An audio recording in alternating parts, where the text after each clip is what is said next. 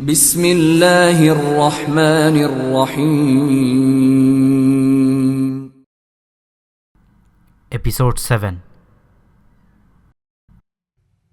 کتاب کا نام سیرت حضرت عمر فاروق رضی اللہ تعالیٰ عنہ، خلیفہ ثانی، عادل حکمران، فاتح روم و فارس، شہید محراب، امیر المؤمنین سیدنا حضرت عمر بن خطاب رضی اللہ تعالیٰ عنہ کی مکمل سیرت کے تابناک نقوش۔ مصنف ڈاکٹر علی محمد الصلابی۔ رسول اللہ صلی اللہ علیہ وسلم کی علالت اور رحلت کے وقت سیدنا عمر رضی اللہ تعالیٰ عنہ کا کردار۔ عبداللہ بن زمعہ رضی اللہ تعالیٰ عنہ فرماتے ہیں، اللہ کے رسول صلی اللہ علیہ وسلم جب شدید بیمار ہوئے، حضرت بلال آئے، نماز کی دعوت دی۔ اللہ کے نبی نے فرمایا، کسی کو نماز پڑھانے کا کہو۔ عبداللہ فرماتے ہیں، میں باہر نکلا، لوگوں کے قریب سیدنا عمر موجود تھے، سیدنا ابوبکر وہاں نہیں تھے۔ میں نے کہا، اے عمر، نماز پڑھائیے۔ سیدنا عمر رضی اللہ تعالیٰ عنہ نماز پڑھانے کے لیے کھڑے ہوئے، اللہ اکبر کہا۔ اللہ کے نبی صلی اللہ علیہ وسلم نے سیدنا عمر کی آواز سن لی، کیونکہ وہ بلند آواز والے تھے۔ آواز سنتے ہی رسول اللہ صلی اللہ علیہ وسلم نے فرمایا، ابو بکر کہاں ہیں؟ اللہ تعالیٰ اور تمام مسلمان ابو بکر کے علاوہ سب کا انکار کرتے ہیں۔ اسی اثنا میں آپ صلی اللہ علیہ وسلم نے ابو بکر رضی اللہ تعالیٰ عنہ کو بلا بھیجا تو وہ آ گئے، جبکہ سیدنا عمر لوگوں کو نماز پڑھا چکے تھے۔ پھر سیدنا ابو بکر نے لوگوں کو وہی نماز پڑھائی۔ عبداللہ بن زمعہ رضی اللہ تعالیٰ عنہ فرماتے ہیں کہ مجھ سے سیدنا عمر بن خطاب نے کہا، زمعہ کے بیٹے، میرے ساتھ تو نے یہ کیا کیا؟ مجھے تو یہ خیال تھا کہ تجھے رسول اللہ نے میرا نام لے کر بھیجا ہوگا۔ اگر ایسا ہی تھا تو میں ان کی جگہ ہرگز نماز نہ پڑھاتا۔ میں نے کہا، اللہ کی قسم، رسول اللہ صلی اللہ علیہ وسلم نے مجھے حضرت ابو بکر کے بارے میں بھی نہیں فرمایا تھا۔ بات صرف اتنی ہے کہ جب میں نے ابو بکر کو نہ پایا اور آپ کو موجود دیکھا تو ان کے بعد آپ ہی کو امامت کا زیادہ حقدار پایا اور نماز پڑھانے کے لیے کہہ دیا تھا۔ حضرت عبداللہ بن عباس رضی اللہ تعالیٰ عنہ فرماتے ہیں، جب رسول اللہ صلی اللہ علیہ وسلم کی بیماری شدت اختیار کر گئی تو آپ نے فرمایا، میرے پاس لکھنے کا سامان لاؤ، میں تمہیں کچھ تحریر کروا دوں جس کے بعد تم گمراہ نہ ہوگے۔ سیدنا عمر نے کہا، اللہ کے نبی پر بیماری کا غلبہ ہے اور ہمارے پاس اللہ کی کتاب موجود ہے، یہ ہمارے لیے کافی ہے۔ لوگ آپس میں بحث و تکرار کرنے لگے۔ اللہ کے نبی کو بحث و تکرار ناگوار محسوس ہوئی۔ فرمایا، یہاں سے اٹھ جاؤ، جھگڑا نہ کرو، ایسی بات میرے پاس مناسب نہیں۔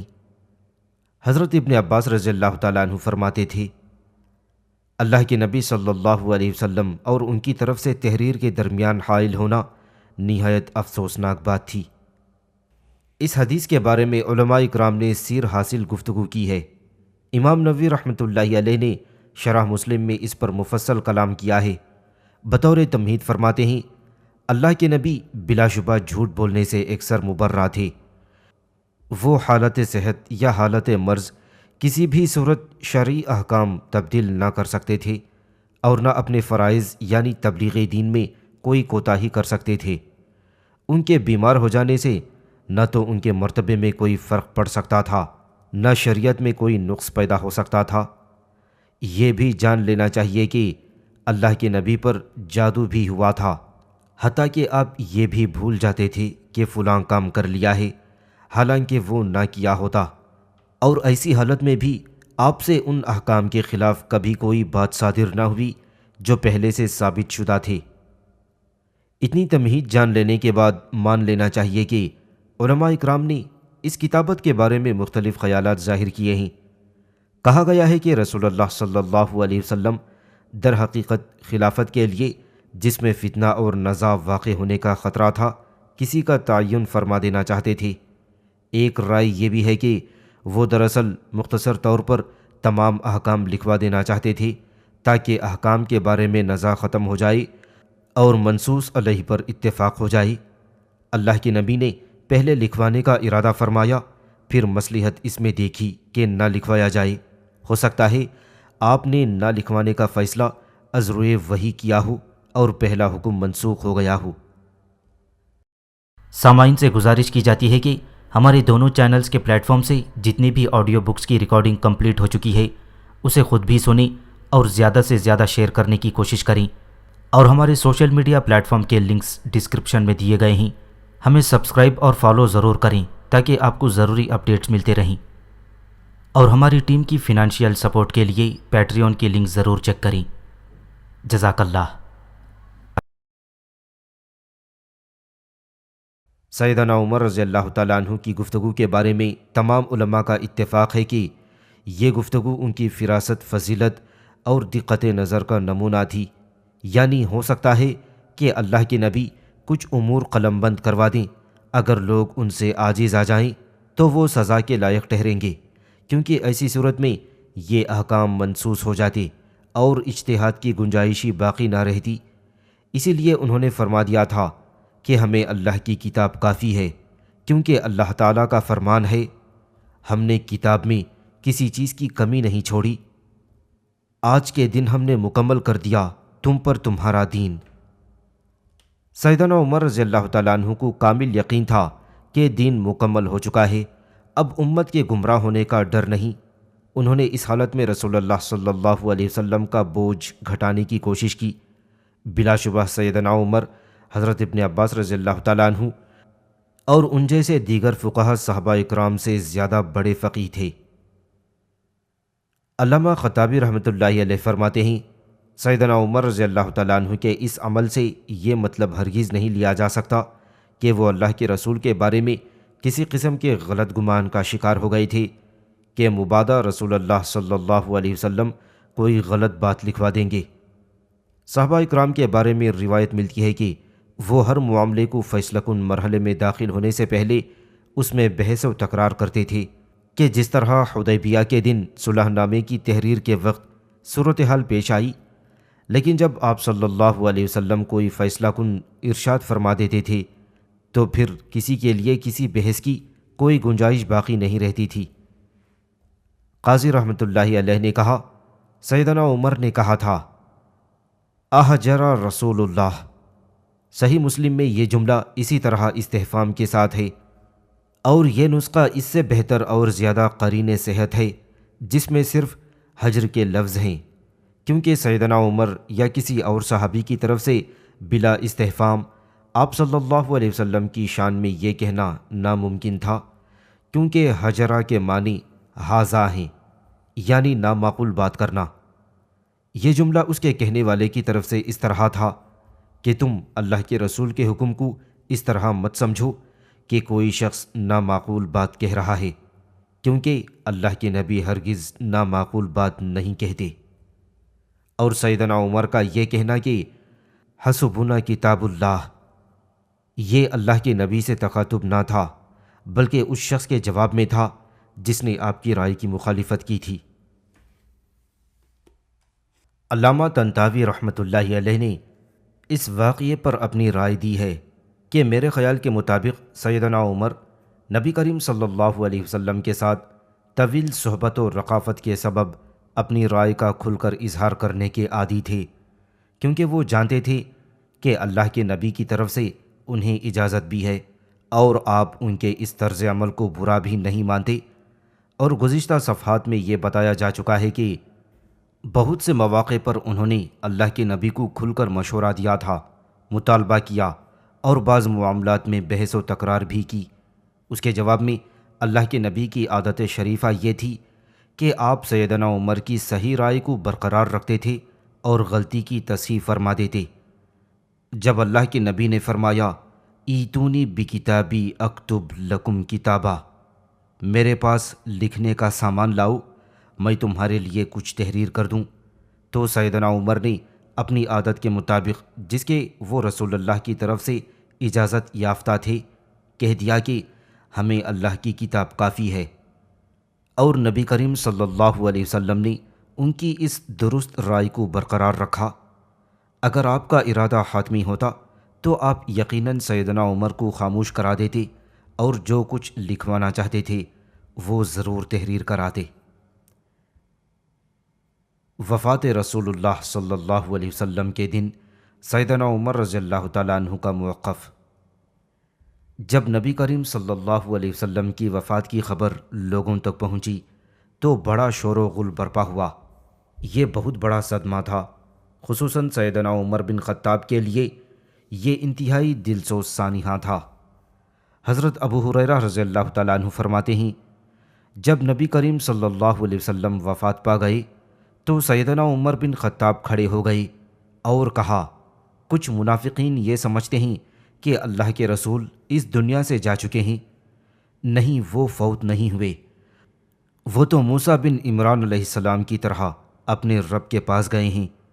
موسیٰ علیہ السلام 40 دن اپنی قوم سے غائب رہے تھے تو لوگوں نے کہنا شروع کر دیا تھا کہ وہ فوت ہو گئے ہیں، لیکن وہ آ گئے تھے۔ اسی طرح اللہ کے رسول صلی اللہ علیہ وسلم بھی موسیٰ علیہ السلام کی طرح واپس تشریف لائیں گے، اور جن لوگوں نے آپ کے بارے میں یہ گمان کیا کہ وہ فوت ہو گئے ہیں ان کی گردنیں اڑا دی جائیں گی۔ حضرت ابوبکر صدیق رضی اللہ تعالیٰ عنہ کو آپ صلی اللہ علیہ وسلم کی وفات کی خبر ہوئی تو فوراً مسجد نبوی پہنچے اور دیکھا کہ سیدنا عمر لوگوں سے گفتگو کر رہے ہیں۔ وہ کسی کی طرف توجہ دیے بغیر حضرت عائشہ رضی اللہ تعالیٰ عنہ کے حجرے میں داخل ہوئے۔ نبی کریم صلی اللہ علیہ وسلم کو کمرے میں ایک طرف چادر سے ڈھانپ دیا گیا تھا، ان پر ایک یمنی چادر ڈال دی گئی تھی۔ ابو بکر صدیق رضی اللہ تعالیٰ عنہ آگے بڑھے، چہرے مبارک سے کپڑا ہٹایا اور بوسہ دیا اور پھر فرمایا، آپ پر میرے ماں باپ قربان ہوں، ایک موت جو اٹل تھی وہ آپ نے چکھ لی، اب کوئی دوسری موت آپ پر کبھی وارد نہ ہوگی۔ پھر چہرہ انور چادر سے دوبارہ ڈھانپ دیا اور باہر تشریف لائے۔ سیدنا عمر مسلسل کلام کر رہے تھے۔ حضرت ابوبکر نے سیدنا عمر کو آواز دی کہ رک جاؤ، لیکن سیدنا عمر نے خاموش ہونے سے انکار کر دیا۔ جب حضرت ابوبکر نے دیکھا کہ عمر بے قابو ہو رہے ہیں تو وہ لوگوں کے سامنے کھڑے ہو گئے، اور جب لوگوں نے حضرت ابوبکر صدیق رضی اللہ تعالیٰ عنہ کو کھڑے ہوتے دیکھا تو سیدنا عمر کو چھوڑ کر وہ حضرت ابوبکر کی طرف متوجہ ہو گئے۔ ابو بکر رضی اللہ تعالیٰ عنہ نے اللہ تعالیٰ کی حمد و ثنا بیان کرنے کے بعد فرمایا، لوگوں، جو آدمی محمد کی عبادت کرتا تھا تو سن لے کہ محمد فوت ہو گئے، اور جو اللہ تعالیٰ کی عبادت کرتا تھا وہ جان لے کہ اللہ حی القیوم ہے، اسے کبھی موت نہ آئے گی۔ پھر اللہ تعالیٰ کا یہ ارشاد عالی تلاوت فرمایا، وما محمد الا رسول قد خلت من قبلہ الرسل والآخر الآیہ، اور محمد صلی اللہ علیہ وسلم ایک رسول ہی تو ہیں، ان سے پہلے بہت سے رسول گزر چکے ہیں، اگر ان کا انتقال ہو جائے یا شہید ہو جائیں تو کیا تم اسلام سے اپنی ایڑیوں کے بل پھر جاؤ گی؟ اور جو کوئی اپنی ایڑیوں کے بل پھر جائے تو وہ اللہ کا کچھ بھی نہ بگاڑ سکے گا، اور اللہ شکر ادا کرنے والوں کو اچھی جزا دے گا۔ حضرت ابو ہریرہ رضی اللہ تعالیٰ عنہ فرماتے ہیں، اللہ کی قسم، ایسا لگا گویا لوگوں کو اس آیت کے بارے میں کوئی علم ہی نہ تھا، یہاں تک کہ حضرت ابو بکر نے جب تلاوت کی تو پھر معلوم ہوا۔ وہ فرماتے ہیں، لوگوں نے سیدنا عمر کی زبان سے یہ آیت سنی تو اسے پڑھنے لگے۔ سیدنا عمر نے فرمایا، اللہ کی قسم، جب میں نے ابو بکر کی زبان سے یہ آیت سنی تو دہشت زدہ ہو گیا، میرے قدموں نے مجھے اٹھانے سے انکار کر دیا، میں لڑکھڑا کر زمین پر گر گیا اور مجھے یقین ہو گیا کہ رسول اللہ فوت ہو گئے ہیں۔ سیدنا عمر رضی اللہ تعالیٰ عنہ اور خلافت صدیق۔ سقیفہ بنو ساعدہ میں سیدنا عمر کا کردار۔ نبی کریم صلی اللہ علیہ وسلم کی وفات کے بعد انصار سقیفہ بنو ساعدہ میں جمع ہوئے۔ ابو بکر، عمر اور ابو عبیدہ بھی وہاں پہنچ گئے۔ انصار نے کہا، ایک امیر ہم میں سے اور ایک امیر تم میں سے ہونا چاہیے۔ سیدنا عمر نے گفتگو کرنی چاہی، لیکن ابو بکر نے انہیں خاموش رہنے کی تاکید کی۔ سیدنا عمر فرمایا کرتے تھے، اس وقت میں نے اپنے دل میں اس موقع کے لیے بہت عمدہ گفتگو سوچ رکھی تھی، اور میں چاہتا تھا کہ مجھ سے پہلے سیدنا عمر گفتگو نہ کریں تاکہ میں اپنی بات کہہ دوں۔ پھر حضرت ابو بکر رضی اللہ تعالیٰ عنہ نے بہت عمدہ باتیں ارشاد فرمائیں کہ اے انصار، ہم عمرہ کا منصب سنبھالتے ہیں اور تم وزراء کا منصب سنبھالو۔ یہ سن کر حباب بن منظر رضی اللہ تعالیٰ عنہ نے کہا، نہیں، اللہ کی قسم، ہم ایسا نہ کریں گے، بلکہ ایک امیر ہم میں سے اور ایک تم میں سے ہوگا۔ ابو بکر نے دوبارہ فرمایا، نہیں، ایسا نہیں ہوگا، بلکہ خلیفہ ہم مہاجرین میں سے ہوگا اور تم منصب وزارت پر فائز رہو گے، کیونکہ مہاجرین علاقے کے اعتبار سے بھی سب سے اچھے ہیں اور حسب نسب کے لحاظ سے بھی اعلیٰ ترین لوگ ہیں، اس لیے تم سیدنا عمر یا ابو عبیدہ میں سے کسی ایک کے ہاتھ پر بیعت کر لو۔ اس پر عمر رضی اللہ تعالیٰ عنہ نے فرمایا، نہیں، ہم تو آپ ہی کی بیعت کریں گے، آپ ہمارے سردار ہیں، ہم میں سے افضل ترین ہیں۔ اس کے ساتھ ساتھ آپ نبی کریم صلی اللہ علیہ وسلم کے سب سے زیادہ محبوب تھے۔ یہ کہہ کر سیدنا عمر نے سیدنا ابو بکر رضی اللہ تعالیٰ عنہ کا ہاتھ پکڑا اور بیعت کی۔ پھر سب حاضرین نے بیعت کر لی۔ اللہ تعالیٰ سیدنا عمر سے راضی ہو جب انہوں نے دیکھا کہ ثقیفہ بنو ساعدہ میں آوازیں بلند ہونے لگی ہیں اور شور و غل ہو گیا ہے، تو وہ ڈرے کہ کہیں امت میں انتشار نہ پھیلے۔ سب سے بڑا ڈر یہ تھا کہ کہیں کوئی کسی انصاری کے ہاتھ پر بیعت نہ شروع کر دے، اس طرح بہت بڑے فتنے کا دروازہ کھل سکتا تھا، کیونکہ ایک بیعت معرض وجود میں آنے کے بعد دوسری بیعت بہت مشکل ہو جاتی۔ سیدنا عمر نے فتنے کی ممکنہ آگ جلنے سے پہلے ہی اس کا سدباب کر دیا۔ سیدنا عمر انصار سے مخاطب ہوئے، اے انصاریوں، کیا اللہ کے رسول نے ابو بکر کو اپنی جگہ امام مقرر نہیں کیا تھا؟ پس اب ایسا کون ہے جو سیدنا ابو بکر سے مقدم ہو سکے؟ یہ سن کر انصار نے جواب دیا، ہم اللہ کی پناہ پکڑتے ہیں کہ ابو بکر سے آگے بڑھنے کی کوشش کریں۔ بعد ازاں سیدنا عمر رضی اللہ تعالیٰ عنہ جلدی سے آگے بڑھے اور حضرت ابو بکر رضی اللہ تعالیٰ عنہ سے گزارش کی کہ آپ اپنا ہاتھ آگے بڑھائیے۔ پھر ابو بکر کی بیعت کر لی۔ اس کے بعد مہاجرین اور انصار نے بھی سیدنا ابو بکر کے ہاتھ پر بیعت کی۔ پھر سوموار کے دن سیدنا ابو بکر مجمع عام میں آئے اور ممبر پر تشریف فرما ہوئے۔ سیدنا عمر اس وقت ابو بکر کے سامنے کھڑے ہوئے اور گفتگو کی۔ انہوں نے سب سے پہلے اللہ کی حمد و ثنا بیان کی، پھر لوگوں سے مخاطب ہوئے، اے لوگوں، گزشتہ روز میں نے جو کچھ کہا وہ میں نے کتاب اللہ سے بیان نہ کیا تھا، نہ نبی کریم صلی اللہ علیہ وسلم نے مجھے اس کی وصیت فرمائی تھی، بس میری یہ رائے اور سوچ تھی کہ اللہ کے رسول ہمارے معاملات کی تدبیر فرمایا کرتے تھے، وہ ہمارے آخری پیغمبر تھے۔ اللہ تعالیٰ نے ایک کتاب ہم نے باقی رکھی ہے، اسی کے ذریعے سے اللہ تعالیٰ نے اپنے محبوب پیغمبر کی رہنمائی فرمائی۔ اگر تم اسے مضبوطی سے تھامے رکھو تو تمہیں بھی اسی کتاب ربانی سے رہنمائی حاصل ہوگی۔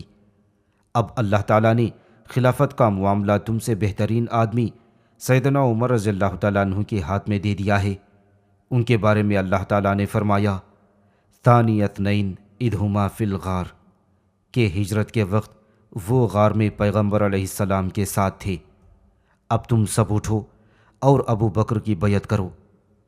سب لوگ اٹھے اور سیدنا ابو بکر کی بیعت کی۔ یہ ثقیفہ بنی ساعدہ کے بعد عامت الناس کی بیعت تھی۔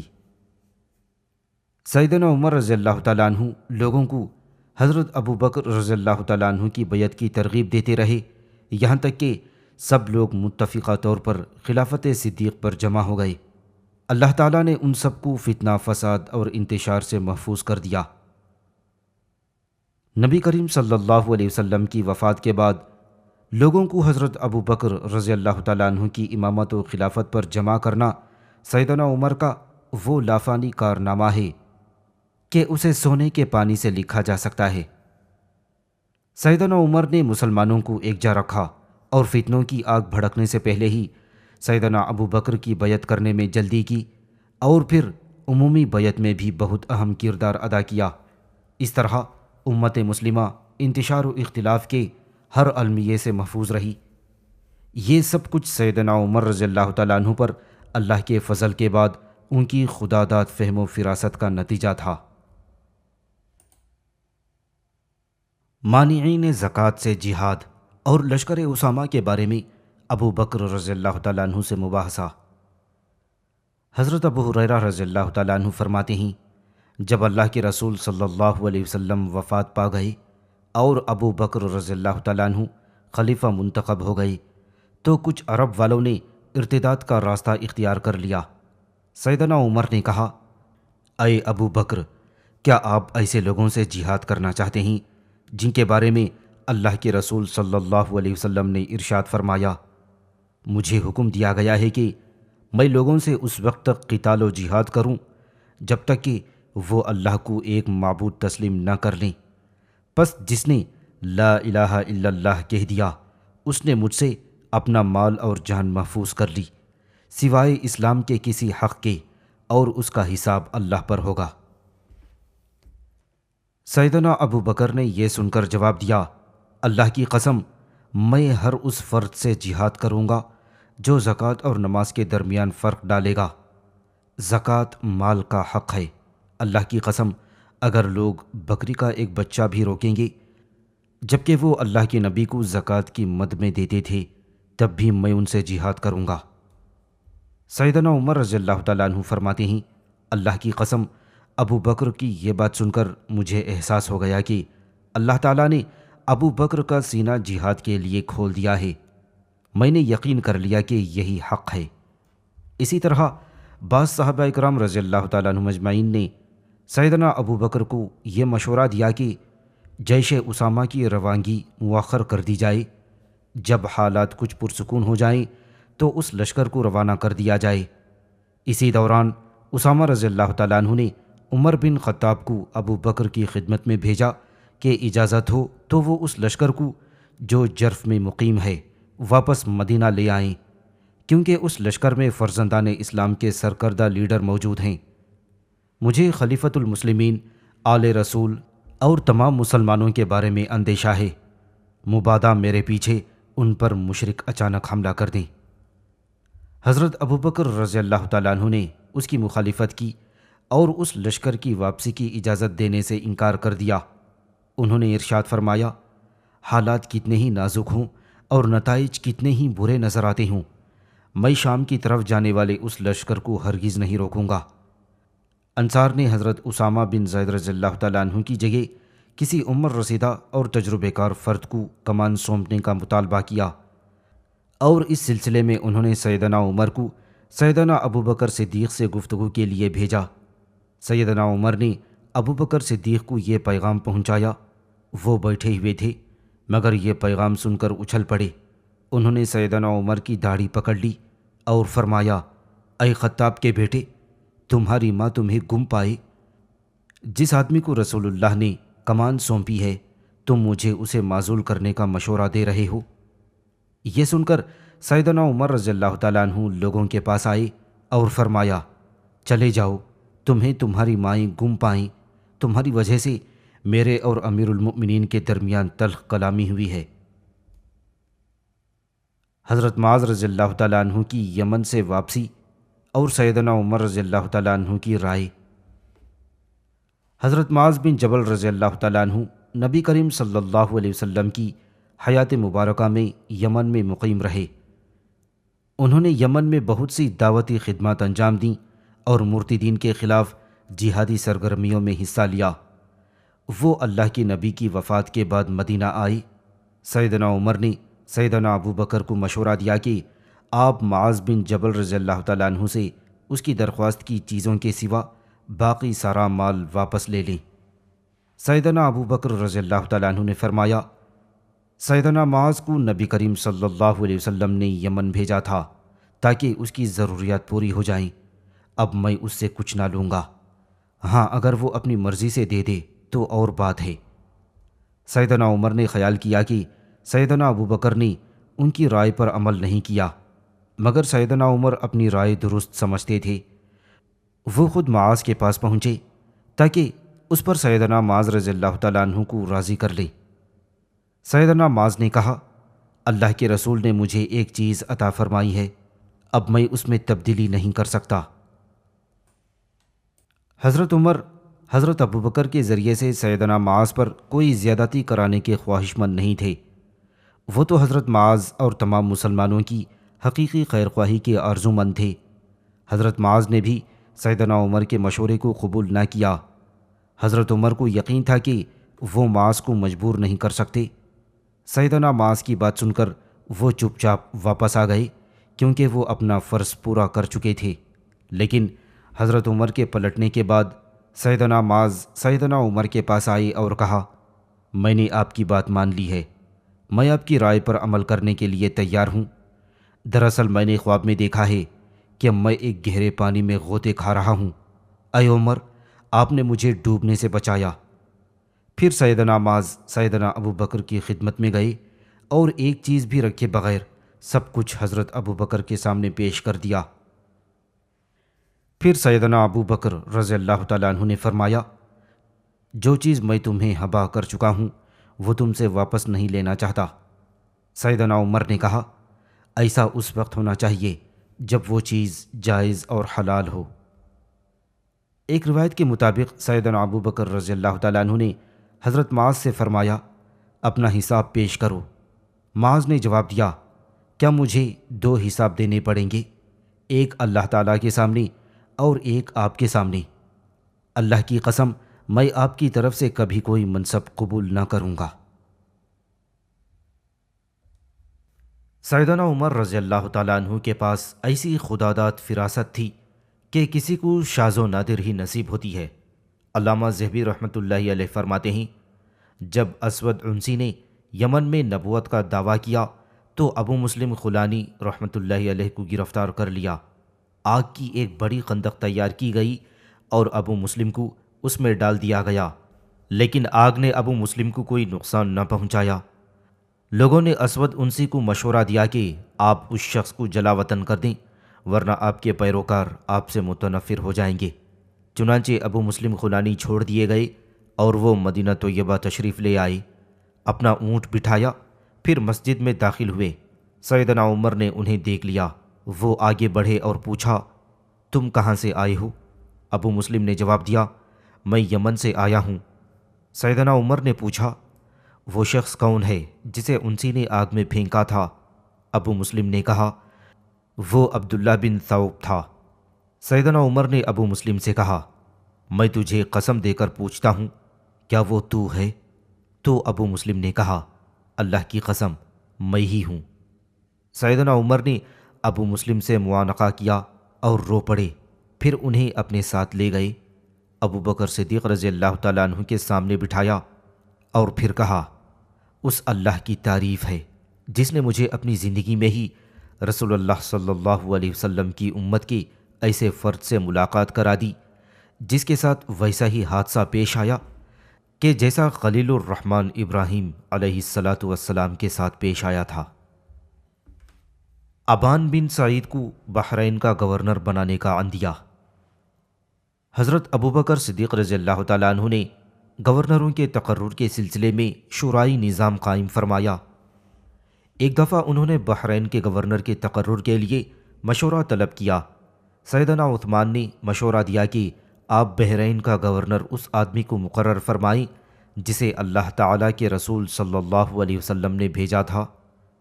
پھر وہ تمام اہل بحرین کے اسلام اور فرما برداری کی خبر لایا تھا۔ وہ اہل علاقے کو اور اہل علاقہ اسے خوب جانتے ہیں، یعنی علا بن حضرمی۔ یہ سن کر سیدنا عمر نے اس کے تقرر کی مخالفت کی اور مشورہ دیا کہ آپ ابان بن سعید بن عاص رضی اللہ تعالیٰ عنہ کو بحرین کا حاکم مقرر فرما دیں، یہ ان کے حلیف ہیں۔ ابو بکر رضی اللہ تعالیٰ عنہ نے فرمایا، میں ایسے آدمی کو کیسے مجبور کر سکتا ہوں جس نے کہا ہے کہ میں رسول اللہ کے بعد کسی کی ولایت قبول نہ کروں گا۔ پھر علا بن حضرمی رضی اللہ تعالیٰ عنہ کو بحرین کا گورنر بنا دیا گیا۔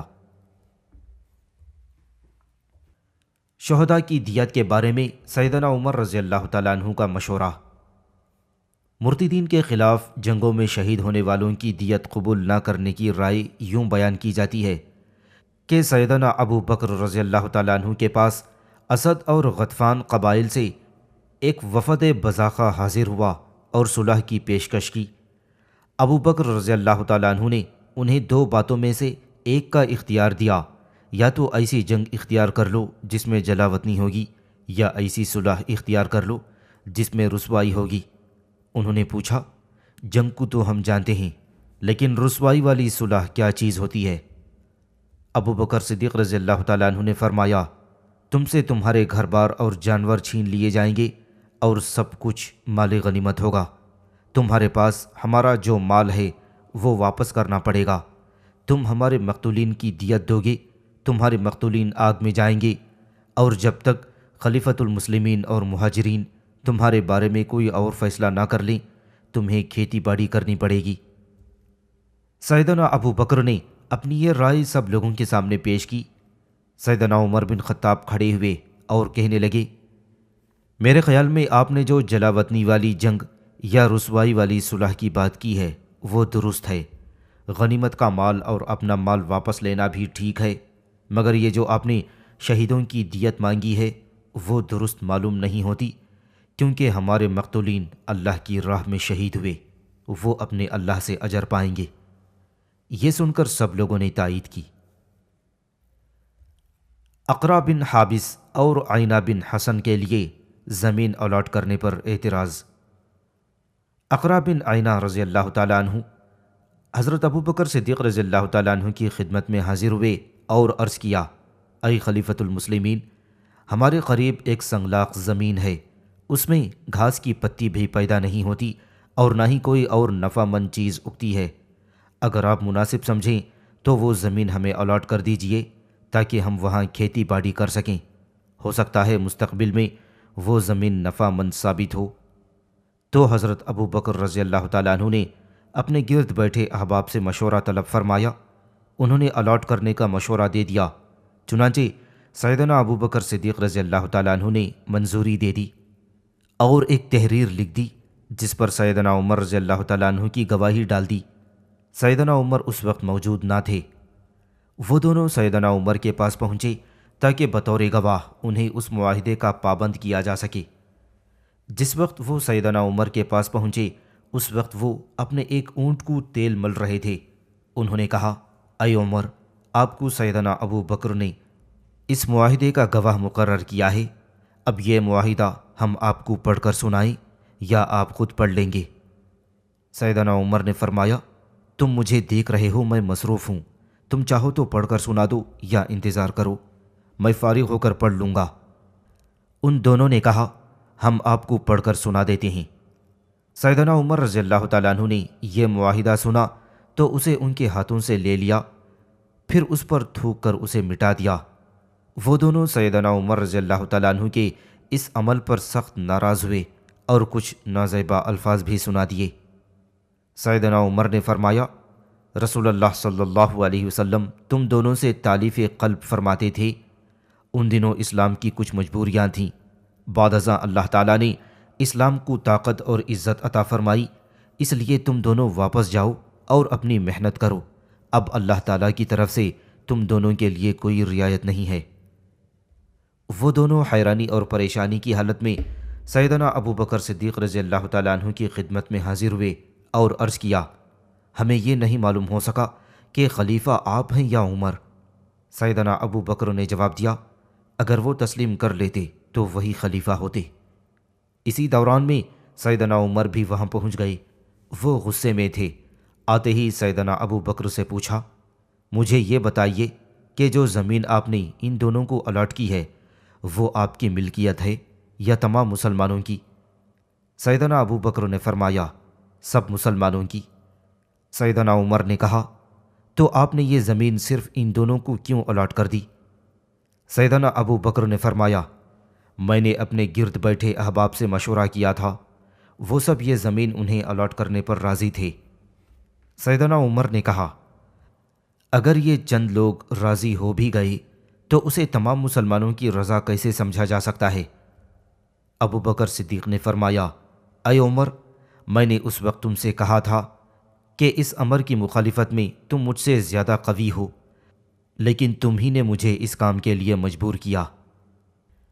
اس واقعے سے معلوم ہوتا ہے کہ بلا شک و شبہ خلفائے راشدین کے زمانے میں اسلامی ریاست کا دار و مدار شورائی نظام پر تھا۔ معلوم ہوتا ہے کہ رسول اللہ صلی اللہ علیہ وسلم کے خلفاء ہر چھوٹے بڑے معاملے میں مسلمانوں سے مشورہ لیا کرتے تھے، اور وہ اپنے بھائیوں سے مشورے کے بغیر کوئی قطعی فیصلہ کرنے سے گریز کرتے تھے۔ مندرجہ بالا تفصیل سے معلوم ہوتا ہے کہ خلیفۃ المسلمین ہر معاملے میں مشورہ طلب فرماتے تھے، بعض اوقات اپنی رائے سے رجوع بھی کرنا پڑتا تو کر لیتے۔ یہ 100% حقیقی شورائی نظام تھا جو اللہ تعالیٰ کے احکام کے ساتھ منسلک تھا۔ اس میں حلال و حرام کی مکمل تمیز رکھی جاتی تھی۔ اس مبارک شورائی نظام کی عظمت اور بزرگی کو دیکھیے، اور آج کل کے مروجہ کھوٹے اور نام نہاد جمہوری نظام کی اصل حقیقت کو دیکھیے، جس میں تمام معاملات مخصوص سرکاری مجلسوں میں طے پائے جاتے ہیں، اور عوام کو ناانصافی، ظلم و استبداد اور محرومی کی سوا کچھ حاصل نہیں ہوتا۔ قرآن کریم کی تدوین۔ جنگ یمامہ میں شہید ہونے والوں میں حفاظ کی کثرت تھی۔ ایسے حالات کو مد نظر رکھتے ہوئے سیدنا ابو بکر رضی اللہ تعالیٰ عنہ نے سیدنا عمر بن خطاب رضی اللہ تعالیٰ عنہ سے قرآن کریم کو یکجا کرنے کا مشورہ کیا۔ اس وقت قرآن کریم ہڈیوں، کھجور کی شاخوں، کپڑوں اور لوگوں کے سینوں میں محفوظ تھا۔ سیدنا ابو بکر صدیق نے اس کام کی ذمہ داری سعید بن ثابت انصاری رضی اللہ تعالیٰ عنہ کو سونپی۔ حضرت زید فرماتے ہیں، سیدنا ابو بکر رضی اللہ تعالیٰ عنہ نے جنگ یمامہ کے دن مجھے بلا بھیجا، میں حاضر ہوا۔ سیدنا عمر بن خطاب رضی اللہ تعالیٰ عنہ بھی وہاں موجود تھے۔ انہوں نے فرمایا، عمر میرے پاس آئے، انہوں نے مجھے بتایا کہ یمامہ کی جنگ میں بہت سے حافظ قرآن صحابہ رضی اللہ تعالیٰ عنہ مجمعین جام شہادت نوش کر گئے ہیں۔ اگر وہ اسی طرح شہید ہوتے رہے تو ممکن ہے قرآن کریم کا بہت سا حصہ ضائع ہو جائے۔ میری یہ رائے ہے کہ قرآن کریم کو یکجا کر لیا جائے۔ میں نے سیدنا عمر رضی اللہ تعالیٰ عنہ سے کہہ دیا ہے کہ میں کوئی ایسا قدم کس طرح اٹھا سکتا ہوں جو اللہ کے رسول صلی اللہ علیہ وسلم نے نہیں اٹھایا، لیکن سیدنا عمر مصر ہیں کہ اس کام میں امت کے لیے بہتری ہے۔ اب اللہ تعالیٰ نے میرا سینہ بھی کھول دیا ہے، پس میری بھی یہی رائے ہے۔ اے زید، آپ ایک سمجھدار نوجوان ہیں، ہمیں آپ پر پورا اعتماد ہے، آپ کاتب وحی تھے، اس لیے قرآن کریم کو یکجا کیجیے۔ حضرت زید فرماتے ہیں، اگر مجھے ایک پہاڑ دوسری جگہ منتقل کرنے کا حکم دیتے تو مجھے یہ کام اس سے آسان معلوم ہوتا کہ میں اللہ کا کلام یکجا کروں۔ قرآن کریم کو یکجا کرنے کے نتائج۔ قرآن کریم کو یکجا کرنے کا خیال مرتدین کے خلاف جنگ میں بہت سے حفاظ کی شہادت کے بعد سامنے آیا تھا۔ اس سے معلوم ہوتا ہے کہ اس وقت علماء اور قرائے اسلام اور مسلمانوں کی شان بلند کرنے کے لیے میدان عمل میں ہر آن مستعد رہتے تھے۔ جہاد ہی ان کا مقصد زندگی تھا۔ وہ اپنے کردار، اپنی سوچ اور تلواروں سے ہر حال میں فریضہ جہاد انجام دیتے تھے۔ وہ امت کے بہترین افراد تھے جو لوگوں کے لیے متعین کیے گئے تھے۔ ان کے بعد آنے والے ہر فرد پر ان کی اقتداء لازم ہے۔ قرآن کریم کو یکجا کرنے کی سوچ مصالحہ مرسلہ کی بنیاد پر تھی، کہ جس کی سب سے بڑی دلیل حضرت ابو بکر صدیق رضی اللہ تعالیٰ عنہ کا یہ فرمان، کیف نفعل شیئا لم یفعلہ رسول اللہ، یعنی ہم کوئی ایسا قدم کیسے اٹھا سکتے ہیں جو اللہ کے رسول صلی اللہ علیہ وسلم نے نہیں اٹھایا۔ اس کے جواب میں سیدنا عمر نے کہا، ابو بکر، اللہ کی قسم اس میں بھلائی ہے۔ ایک روایت کے مطابق انہوں نے کہا، اللہ کی قسم اس میں بھلائی اور مسلمانوں کی مصلحت ہے۔ سیدنا ابو بکر نے سیدنا زید کو بھی اس وقت یہی جواب دیا جب انہوں نے بھی ان سے ایسا ہی سوال کیا تھا، اور جس روایت میں مسلمانوں کی مصلحت کا تذکرہ ہے، قطع نظر اس بات سے کہ وہ الفاظ ثابت ہے یا نہیں، صرف بھلائی کے الفاظ بھی وہی معنی ادا کرتے ہیں۔ قرآن کریم کا یکجا کرنا اگرچہ ابتدا میں مصالحہ مرسلہ کی بنیاد پر تھا، لیکن بعد ازاں اس پر اجماع ہو گیا۔ اس سے یہ بھی معلوم ہوا کہ قائلین اجماع کے نزدیک مصالح مرسلہ اجماع کی سند بن سکتے ہیں، جیسا کہ اصول فقہ کی کتابوں میں تفصیل موجود ہے۔ اس فیصلے سے ہمیں یہ معلوم ہوا کہ صحابہ اکرام رضی اللہ تعالیٰ عنہم اجمعین کس قدر اخلاص، محبت اور احترام کی فضا میں اجتہاد فرما دیا کرتے تھے۔ ان کا اصل مقصد یہی ہوتا تھا کہ ہر ممکن حد تک امت مسلمہ کی خیر خواہی اور بھلائی کی جائے۔ وہ ہمیشہ افہام و تفہیم کے بعد صحیح رائے قائم کرتے تھے۔ جب ان کے دل مطمئن ہوتے تھے تب وہ کسی مسئلے میں کوئی حتمی فیصلہ فرما لیتے تھے۔ پھر ہر مسلمان اس فیصلے کا اس طرح دفاع کرتا تھا جیسے وہ اس کی اپنی ہی رائے ہو۔ یہی مخلصانہ روحانی فضا تھی جس کے باعث وہ بہت سے اجتہادی مسائل پر اجماع منعقد کرنے میں کامیاب ہوئے تھے۔